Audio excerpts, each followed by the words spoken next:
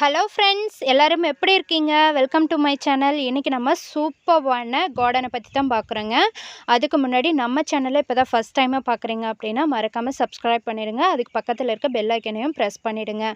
என்ன கார்டன்னு சொல்லிட்டு என்ன கொத்தமல்லியை காமிச்சிட்ருக்க அப்படின்னு பார்க்குறீங்களா? இன்றைக்கி நம்ம கொத்தமல்லி தாங்க நம்ம கார்டனில் விதைக்க போகிறோம். அந்த கொத்தமல்லி எப்படி ஈஸியாக வளர வைக்கிறது, எப்படி நம்ம பாதுகாப்பாக வளர்த்துறது அப்படின்னு எல்லாமே நான் நிறைய விஷயங்களை சொல்ல போகிறேன். வீடியோவை ஸ்கிப் பண்ணாமல் பாருங்கள். நம்ம கொத்தமல்லி விதைக்கிறதுக்கான இடத்த ஃபஸ்ட்டு தயார் பண்ணிக்கலாங்க.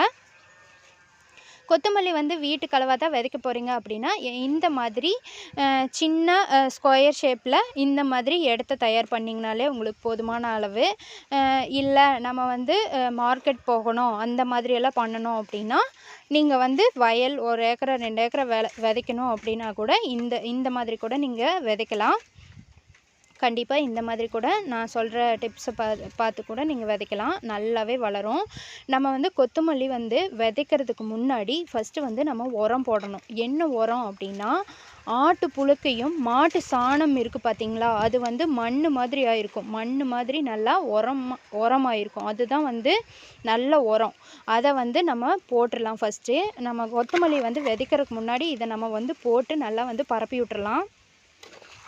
இந்த மாதிரி நம்ம இந்த உரத்தை போட்டுட்டு நம்ம கொத்தமல்லி விதைக்கும்போது சீக்கிரமே நம்மளுக்கு கொத்தமல்லி செடி சீக்கிரமே தலையும். அதுவும் இல்லாமல் நல்லா கருன்னு நல்லா கொத்தமல்லி எல்லாமே பூவிட்டு நல்லா வளரும். அதுக்காகத்தான் நம்ம இந்த உரத்தை நம்ம போடுறோம். கொத்தமல்லி பார்த்திங்கன்னா நம்ம எப்படி விதைக்கணும் அப்படின்னா இந்த மாதிரி 2ஆக உடச்சி இந்த கொத்தமல்லியை பார்த்திங்கன்னா 2ஆக உடச்சி நம்ம போட்டோம்னா சீக்கிரமே வளரும்.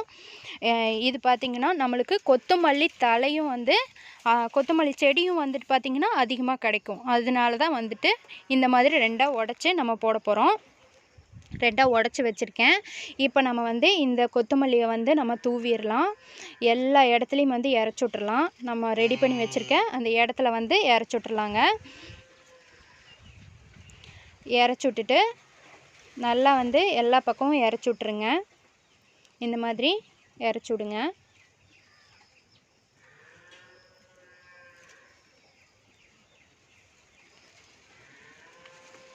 இந்த மாதிரி இறச்சி விடணும். இறச்சி விட்டதுக்கப்புறம் கண்டிப்பாக எல்லார் வீட்லேயும் ரசம், அப்புறம் கொத்தமல்லி சட்னி, இந்த மாதிரி கொத்தமல்லி இல்லாத குழம்பே நம்ம வைக்க முடியாது இல்லையா? கண்டிப்பாக நம்ம வீட்லேயே இந்த மாதிரி நம்ம பண்ணி நம்ம ஃப்ரெஷ்ஷாகவே கொத்தமல்லி செடி நம்ம எடுத்துக்கலாம். எல்லார் வீட்லேயும் ரோஜாப்பூ செடி இந்த மாதிரி தான் வளர்த்துவோம்.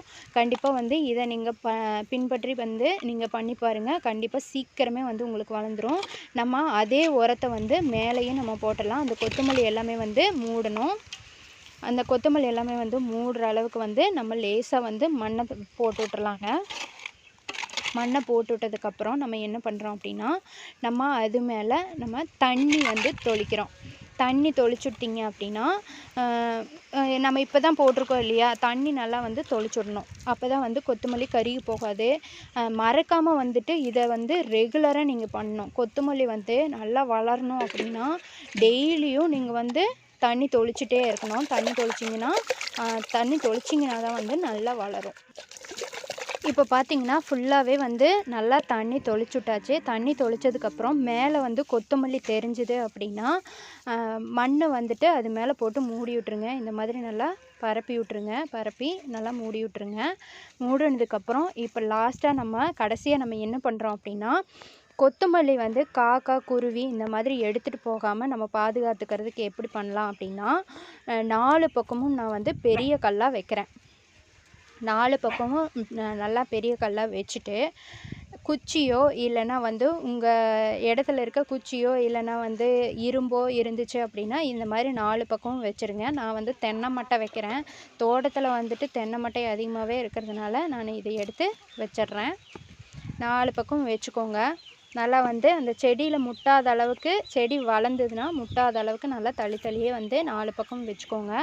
இது பார்த்திங்கன்னா தோட்டம் அமைக்கணும் இந்த மாதிரியெல்லாம் பண்ணணும்னு ஆசைப்படுவாங்க. ஆனால் எப்படி பண்ணுறதுன்னு தெரியாது. ஸோ அவங்களுக்காக நான் இது போட்டிருக்கேன். கண்டிப்பாக பார்த்து பண்ணுங்கள். இந்த மாதிரி எல்லாம் பண்ணிவிட்டு இந்த தென்னஞ்சோகை இருக்குது பார்த்தீங்களா, தென்னஞ்சோகை வந்து நான் 2 சோகை எடுத்து மேலே வச்சிட்றேன். அதிகமாக வந்து ரொம்ப அதிகமாக போட்டு நீங்கள் மூடி வைக்காதீங்க. அப்படி மூடி வச்சிங்க அப்படின்னா சூரிய ஒளி படாது. சூரிய ஒளி படணும் கண்டிப்பாக. அப்போ தான் வந்து நம்மளுக்கு அந்த செடி வந்து சீக்கிரமே மேலே வரும். இப்போ நம்ம கொத்தமல்லியும் விதைச்சாச்சு, அதை பாதுகாப்பும் பண்ணியாச்சுங்க. இந்த மாதிரி பண்ணுங்க. இப்போ பார்த்தீங்கன்னா ஸ்பேஸ் பார்த்தீங்களா, கொத்தமல்லி வளர்கிறதுக்கான ஸ்பேஸு அதுக்காகத்தான் நம்ம வந்து 4 பக்கம் கல் வச்சு, பெரிய கல்லாக வச்சு இந்த மாதிரி மேலே ஓலை போட்டு மூடி வச்சுருக்கோம். கண்டிப்பாக ட்ரை பண்ணி பாருங்கள். நம்ம கார்டன் உங்களுக்கு பிடிச்சிருந்தது அப்படின்னா சப்ஸ்கிரைப் பண்ணுங்கள். மறக்காமல் பக்கத்தில் இருக்க பெல் ஐக்கானையும் ப்ரெஸ் பண்ணுங்கள். அப்போ தான் நான் போடுற வீடியோஸ் எல்லாமே உங்களுக்கு அப்டேட் ஆகும். அடுத்த வீடியோவில் இது வளர்ந்ததுக்கப்புறம் உங்களுக்கு கண்டிப்பாக காட்டுறேன். கண்டிப்பாக பாருங்கள், லைக் பண்ணுங்கள். அப்போ தான் எனக்கு என்கரேஜிங்காக இருக்கும். Thank you. Bye bye. Stay home, stay safe. பாய்.